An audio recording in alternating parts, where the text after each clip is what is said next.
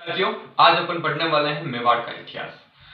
अब आज अपन स्टार्ट कर रहे हैं मेवाड़ का इतिहास। मेवाड़ का इतिहास मैं आपको एक रोचक कहानी के रूप में बताऊंगा। मैंने हेडिंग में पहले ही लिख दिया है, इतिहास यानी मेवाड़ का इतिहास एक रोचक कहानी के रूप में। मैं ऐसे नहीं बताऊंगा कि आपको कोई नोट्स लिखवाऊंगा कुछ नहीं, एक कहानी के रूप में समझाऊंगा, आप समझ लेना। क्योंकि नोट्सों का भंडार आपके पास भी बड़ा हुआ है, किताबें भरी हुई है, यानी मतलब दुकानों के अंदर ज्ञान बहुत सारा पड़ा हुआ है, बस उसको अच्छी तरीके से समझाना चाहिए। मैं ये वीडियो इसीलिए बना रहा हूँ इतिहास का, कि आपको ओनली फॉर इतिहास में क्या पैदा हो जाए, रुचि पैदा हो जाए। जिस चीज के अंदर आपकी रुचि पैदा हो गई ना, फिर आपको रात को नींद भी नहीं आएगी।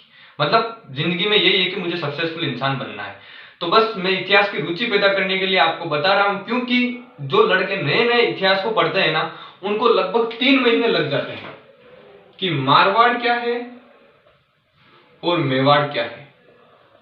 यानी लड़कों के 3 महीने तो इसी में निकल जाते हैं कि मारवाड़ का राजा कौन सा और मेवाड़ का राजा कौन सा है। तो आज स्टार्ट करते हैं मेवाड़ का इतिहास एक रोचक कहानी के साथ। इतिहास से पहले मैं आपको कुछ आगे लेकर चलता हूं, जब राजस्थान का एकीकरण नहीं हुआ था।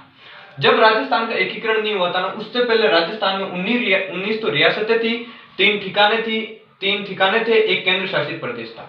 जो एक केंद्र शासित प्रदेश था ना, उसका नाम था अजमेर मेरवाड़ा प्रांत। और जो 3 ठिकाने थे ना, उसमें सबसे पहला ठिकाना था निमराना। निमराना किसके अंदर आता है? अलवर के अंदर आता है। कुशलगढ़ बांसवाड़ा के अंदर आता है। लावा जो जयपुर के अंदर, वर्तमान में टोंक के अंदर आता है। 19 रियासतों में जो इंपॉर्टेंट रियासतें होते हैं उनको क्वेश्चन के रूप में मैं आपको समझा रहा हूं। सबसे प्रथम आप याद रखना कि सबसे प्राचीन रियासत, क्वेश्चन यही पूछा जाएगा, सबसे प्राचीन रियासत कौन सी है? तो आपको टिक करना है मेवाड़ या उदयपुर। सबसे प्राचीन रियासत हो गई, तो सबसे नवीनतम रियासत भी पूछेगा, तो आप याद रखना झालावाड़। सबसे बड़ी रियासत क्षेत्रफल की दृष्टि से तो जोधपुर, और सबसे बड़ी रियासत जनसंख्या की दृष्टि से तो आपको टिक करना है जयपुर। और सबसे छोटी रियासत तो शाहपुरा, एकमात्र मुस्लिम रियासत टोंक। ये चीजें आपको किताबों में मिल जाएगी और ये आप पढ़े हुए भी होंगे। एक बात याद रखना कि जो करौली और जैसलमेर की रियासत थी ना, यहां पर यादव वंश ने राज किया था। ये क्वेश्चन कितनी बार पूछा जा चुका है। जैसलमेर और करौली की रियासत पे किस वंश ने राज किया था? यादव वंश ने राज किया था। ये आपको रियासतों के बारे में पता चल गया, 3 ठिकाने और एक केंद्र शासित प्रदेश को बता दिया। अब मैं स्टार्ट कर रहा हूं मेवाड़ का इतिहास। मेवाड़ का इतिहास पढ़ने से पहले अपन देखते हैं कि भारत में पृथ्वी की उत्पत्ति कैसे हुई थी। मतलब ये पृथ्वी की उत्पत्ति कैसे हुई। कुछ शास्त्रों के अंदर ऐसा माना जाता है कि पृथ्वी जो थी वो ब्रह्मा जी की नाभि से उत्पन्न हुई थी, और कुछ कहते हैं कि यह था सूर्य का टुकड़ा था। यानी सूर्य से किसकी उत्पत्ति हुई? पृथ्वी की उत्पत्ति। सूर्य का एक टुकड़ा माना जाता है पृथ्वी को। उससे पश्चात सूर्य के पुत्र माने जाते हैं दशरथ। कौन माने जाते हैं? दशरथ। दशरथ का पुत्र था राम के 2 पुत्र थे, एक था लव, एक था कुश का जो 7वां वंशज था उसका नाम था शिलादित्य था। यानी कुश के 7वां वंशज का नाम क्या था? शिलादित्य था। तो आप कहानी को समझना कि सबसे पहले पृथ्वी की उत्पत्ति करवाई, सूर्य से हुई। सूर्यवंशी कौन माने जाते हैं? राम सूर्यवंशी था, यानी रघुवंशी के रूप में माने जाते थे। राम के 2 पुत्र थे, लव और कुश का 7वां वंशज था शिलादित्य। ये शिलादित्य था ना, ये वल्लभी नगर गुजरात का रहने वाला था। और शिलादित्य की जो शादी हुई थी ना, आबू परमारों की राजकुमारी यानी पुष्पावती, आबू कहां है? सिरोही के अंदर। आबू परमारों की राजकुमारी थी ना पुष्पावती के साथ क्या हुई थी? इसकी शादी हुई थी। अब शिलादित्य की शादी हो गई पुष्पावती के साथ। किसके साथ हुई? पुष्पावती के साथ शादी हो गई। शादी होने के पश्चात इनके क्या हो गई? 6 पुत्रियां हो गई, लेकिन पुत्र नहीं हो रहा है। तो भाई साहब टेंशन तो होगी ना, वंश आगे कैसे बढ़ेगा? आज भी देख लिए, पुत्र मनोकामना के लिए पुत्री को गर्भ के अंदर मार दिया जाता है। मतलब लड़कियां अगर ज्यादा क्यों होती किसी आदमी के, वो लड़के की चाह के अंदर लड़कियां पैदा करता जाता है। मतलब वो लड़कियों को जन्म दिया जाता है जब तक लड़का नहीं होता। तो इनके क्या हुआ? 6 पुत्रियां हो गई और पुत्र एक भी नहीं हुआ। तो पुष्पावती ने क्या किया? इनके आबू के अंदर एक माता थी, अबूर्दा देवी, नाम सुना होगा, अबूर्दा माता, जिसे राजस्थान की वैष्णो देवी के नाम से जाना जाता है। और थार की वैष्णो देवी तन्नोट माता को कहा जाता है, जो जैसलमेर के अंदर है उसे सैनिक वाली माता या रुमाल माता के नाम से भी जाना जाता है। तो पुष्पावती कहां गई? अबूर्द माता के यहाँ गई। पुष्पावती गई थी अबूर्द माता के यहाँ मनोकामना करने के लिए क्योंकि ऐसा माना जाता है कि अबोध माता की मनोकामना करने से पुत्र की प्राप्ति होगी। तो ये कहां चली गई? अबोध माता के अंदर। इधर शिलादित्य गुजरात के अंदर अकेला था, वल्लभी नगर का शासक था।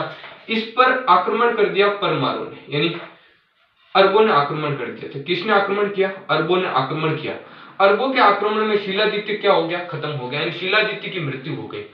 अब शिलादित्य की मृत्यु होने के पश्चात राजपूतों में एक रिवाज होता है कि जिसकी पति मर जाता है ना, उस औरत को क्या होना पड़ता था? पहले सती होना पड़ता था।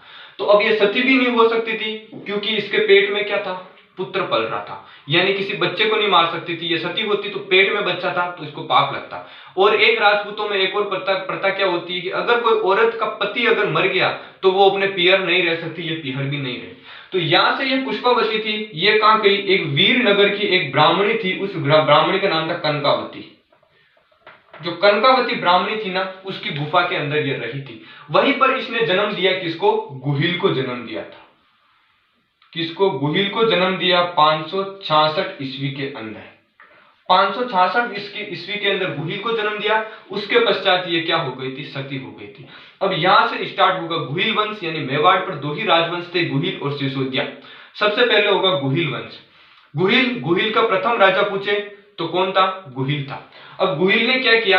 अपने आसपास के जितने भी बील थे, बीलों को इकट्ठा किया और कहा कि मेरा वंश का एक भी व्यक्ति आपसे कर नहीं लेगा, आपको क्या करना है कि मुझे मेवाड़ जिता के देना है। तो बिलो ने गुहिल का साथ दिया, इन्होंने मिलकर मेवाड़ को विजय कर लिया और मेवाड़ में किसकी स्थापना हो गई? 566 ईस्वी के अंदर गुहिल वंश की क्या हो गई थी? स्थापना हो गई थी। उसके पश्चात गुहिल के बेटे हुए, अपराजित हुआ, शिलादित्य सेकंड हुआ और गुहिल का एक पुत्र आया था महेंद्र सेकंड। क्या नाम था? MH लिख रखा हूं मुंह में, महेंद्र सेकंड। अब महेंद्र सेकंड था ना, महेंद्र सेकंड ने क्या किया? महेंद्र सेकंड ने क्या किया? बिलो से कर लेना स्टार्ट कर दिया। बल्कि गुहिल ने बिलो से वादा किया था कि मेरा वंशज आपसे कर नहीं लेगा, लेकिन गुहिल के जो बेटे थे महेंद्र सेकंड, इसने कर लेना स्टार्ट कर लिया। तो बिलो ने मिलकर महेंद्र सेकंड की हत्या कर दी और महेंद्र सेकंड का पुत्र था बप्पा रावल, यानी इसको क्या कहते थे? काल भोज कहते थे। काल भोज के नाम से जाना जाता है, यानी काल भोज के नाम से जाना जाता है, यानी बप्पा रावल था, काल भोज के नाम से इसको जाना जाता। अब क्या हुआ? महेंद्र सेकंड की तो बिलो ने हत्या कर दी। अब कालभोज था, ये वहां से भाग गया। यहां से भाग के कालभोज कहां चला गया? कालभोज चला गया हरित ऋषि के पास में चला गया और हरित ऋषि की क्या चराई थी? गायें चराई। इसीलिए हरित ऋषि ने इसको किसकी उपाधि थी? बप्पा रावल की उपाधि थी। यानी बप्पा रावल और कालभोज एक ही है। लेकिन राजस्थान के अंदर एक प्रशस्ति मिलती है, रणकपुर के जैन मंदिर जहां 1444 खंबे हैं, उस प्रशस्ति के अंदर बप्पा रावल या कालभोज को अलग अलग बता रखा है। ये एकमात्र प्रशस्ति एग्जाम की दृष्टि से बहुत इंपॉर्टेंट क्वेश्चन है, आप याद रखना। अब बप्पा रावल बन गया, यानी इसको बप्पा रावल की उपाधि दे दी। हरित ऋषि ने क्वेश्चन पूछा जा सकता है, बप्पा रावल कालभोज को बप्पा रावल की उपाधि किसने दी? हरित ऋषि ने दी। तो बप्पा रावल ने क्या किया? दो मंदिरों का निर्माण कराया था। एक सास बहु मंदिर का है, नागदा उदयपुर के अंदर है, और एक एकलिंग जी का मंदिर का निर्माण करवाया था, जो कहां है? कैलाशपुरी उदयपुर के अंदर। जो पाशुपत या लकुली संप्रदाय का था, यानी महाराणा प्रताप किस संप्रदाय से संबंधित थे, ये क्वेश्चन पूछा जा चुका है एग्जाम के अंदर। तो महाराणा प्रताप लकुलिश या पाशुपत संप्रदाय से संबंधित थे। अब बप्पा रावल या कालभोज ये रहा था 734 से 753 तक रहा था। 734 से 753 तक रहा था। इसने क्या किया बप्पा रावल या कालभोज ने? यानी बप्पा रावल या कालभोज ने 734 के अंदर आक्रमण कर दिया चित्तौड़ के ऊपर। उस समय चित्तौड़ का शासक किसका था? मौर्य वंश का शासक था। यानी इसने मान मौर्य को पराजित किया और चित्तौड़ को क्या कर लिया था? विजय कर लिया था। यानी चित्तौड़ को क्या किया? विजय कर लिया। अब विजय करने के पश्चात क्या किया इसने? चित्तौड़ के अंदर थोड़े निर्माण करवाए। और कुछ इतिहासकार क्या कहते हैं कि चित्तौड़ का प्रथम विजेता जैत्र सिंह को मानते हैं। कौन? डॉक्टर दशरथ शर्मा के अनुसार। लेकिन बाकी जितने भी इतिहासकार थे वो सब किसको? बप्पा रावल या कालभोज को यह कहते हैं कि यह चित्तौड़ का प्रथम विजेता माना जाता है। यहीं से यह जानकारी अपन को किस शिलालेख से मिलती है? मान मौर्य का शिलालेख जो चित्तौड़ के अंदर है, उससे अपन को यह जानकारी मिलती है। अब उसके पश्चात क्या हुआ? मान मौर्य का शिलालेख, वही शिलालेख जिसे कर्नल जेम्स टोड कहां लेके गए थे? इंग्लैंड ले जा रहे थे। जहाज के अंदर वजन ज्यादा होने के कारण उस शिलालेख को पानी के अंदर क्या किया था? फिकवा दिया था। अब बप्पा रावल या कालभोज का काम कंप्लीट हो गया। फिर बप्पा रावल की नागदा के अंदर मृत्यु हो गई। इसने प्रथम राजधानी बनाई थी बप्पा रावल ने। कौन सी बनाई थी? नागदा। यानी प्रथम राजधानी कौन सी बनाई थी? नागदा बनाई थी। अब हाँ तो साथियों, राजा अलट के बारे में देख रहे थे।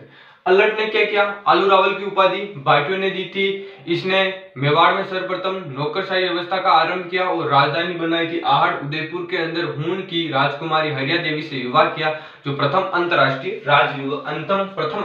विवाह था। अब अल्लड़ के बाद में जो अल्लड़ का जो पुत्र होता है ना, अल्लड़ का पुत्र, अल्लड़ का पुत्र आया था श्रेम सिंह। श्रेम सिंह की कुछ खास बात नहीं है, इसका पुत्र आया था सामंत सिंह। सामंत सिंह को प्रथम किसकी उपाधि दी गई थी, रावल की उपाधि। यानी प्रथम रावल की उपाधि किसने ली थी, सामंत सिंह ने दी, जो श्रेम सिंह का पुत्र था सामंत सिंह। सामंत सिंह के पश्चात इसका पुत्र आया था जैत्र सिंह। जैत्र सिंह के बारे में क्या याद रखना, जैत्र सिंह दशरथ यानी डॉक्टर गोपीनाथ शर्मा के अनुसार, एक इतिहासकार है, उन्होंने यही कहा कि चित्तौड़ का प्रथम विजेता उन्होंने किसको माना था, जैत्र सिंह को माना था। और जैत्र सिंह का काल था ना, वो चित्तौड़ का मध्यकालीन स्वर्ण काल माना जाता। जैत्र सिंह के समय एक युद्ध हुआ था। इसने कौन सा युद्ध किया था, इसने किया था भूताला का युद्ध। भूताला का युद्ध 1226 के अंदर हुआ था। भूताला का युद्ध, यह युद्ध इल्तुतमिश और जैत्र सिंह के बीच में हुआ था। इस समय यानी जैत्र सिंह और इल्तुतमिश के बीच में हुआ था, जिसमें जैत्र सिंह की विजय हुई थी और जैत्र सिंह ने मेवाड़ की तीसरी राजधानी बनाई थी, किसको, चित्तौड़ को। यानी चित्तौड़ को राजधानी किसने बनाई, जैत्र सिंह ने। पहली राजधानी नागदा बप्पा रावल या कालभोज ने बनाई थी, दूसरी आहड़ अल्लट ने बनाई थी, तीसरी राजधानी जो थी चित्तौड़ राजधानी किसने बनाई थी, जैत्र सिंह ने बनाई थी। अब देखते हैं अपन, जैत्र सिंह का पुत्र आता है रावल रतन सिंह, जिसका तो नाम आपने सुना होगा, रानी पद्मिनी यानी खूबसूरत महिला। रावल